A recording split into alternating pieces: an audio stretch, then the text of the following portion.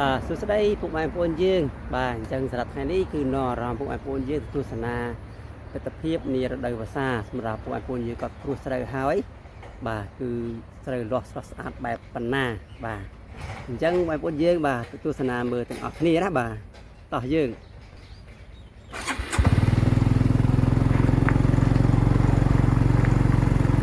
បាទនេះជាទស្សនវិជ្ជាតាមប្រឡាយបាទប្រឡាយបាទ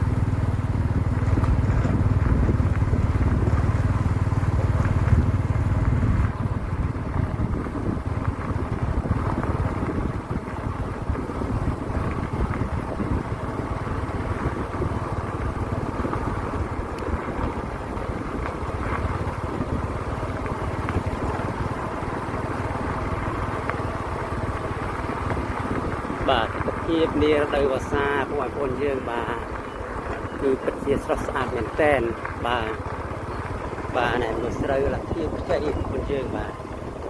សម្រាប់តែរុក្ខជាតិតាមផ្លូវគោបាទខៀវខ្ចីបៃតងដែរបងយើងបាទ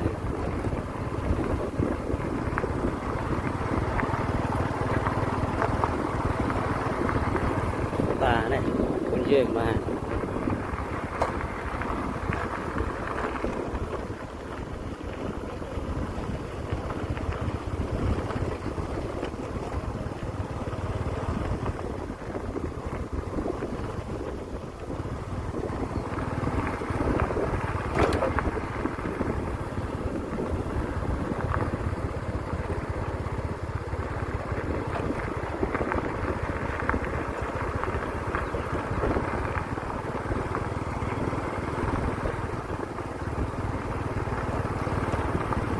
បាទនេះប្រឡាយនេះវាអត់ដែររីងទេបងយើងបាទមួយឆ្នាំទល់មួយឆ្នាំបាទវាអត់ដែររីងទេ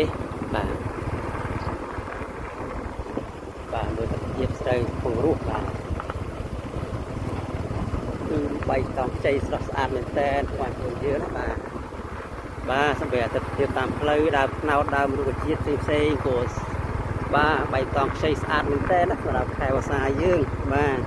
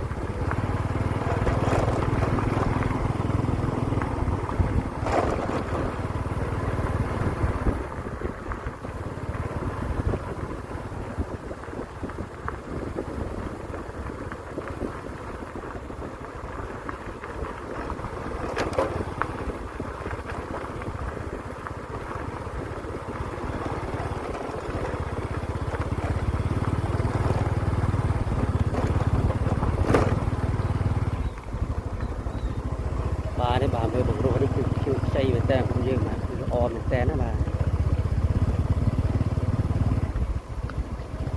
គឺស្រស់ស្អាតមែនតើណាសម្រាប់ទស្សនវិជ្ជានារដូវវស្សាយើងបាទ